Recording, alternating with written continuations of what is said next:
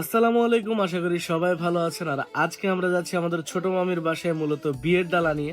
তো বিয়ের ডালার মোটামুটি এখানে সবই প্রস্তুত আছে, আমরা বের হবো, আরো জিনিস আছে। আজকে আমি আর বড় মামা শুধুমাত্র যাচ্ছি। আর প্রচন্ড পরিমাণে ঠান্ডা, এখন পর্যন্ত রোদ উঠে নাই, বিগত 4 দিনেও রোদ উঠে নাই। আর রাতে মোটামুটি 10 ডিগ্রি 11 ডিগ্রি করে সেলসিয়াস থাকে। তো প্রচন্ড পরিমাণে ঠান্ডা।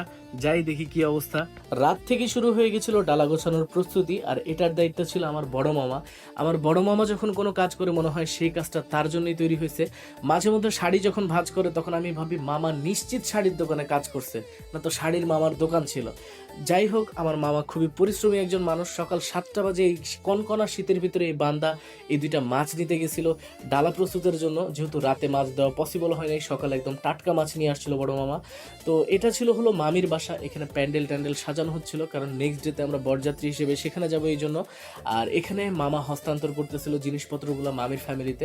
তার আগে কিন্তু আমাদের খাওয়া দাওয়ারও আয়োজন করা হয়েছে, অনেক কিছু রান্নাবান্না করা হয়েছিল, মাংস, পোলাও।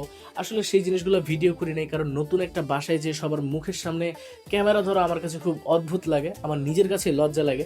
আস্তে আস্তে মনে হচ্ছে আমার আরও নির্লজ্জ হইতে হবে, কারণ যেহেতু ব্লগ করা শুরু করেছি রেগুলার। যাই হোক, আমার ম্যাডামজির জন্য 3-4টা ডাব নিয়ে নিয়েছিলাম বাসায়। আমাদের ম্যাডামজি তো যদি সুস্থ থাকতো তাহলে হয়তো বা অবশ্যই আসতো। তো যাই হোক, ম্যাডামদের জন্য ডাব নিয়ে যাব।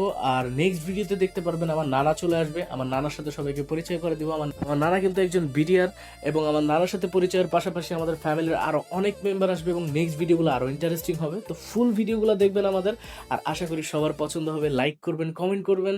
ধন্যবাদ।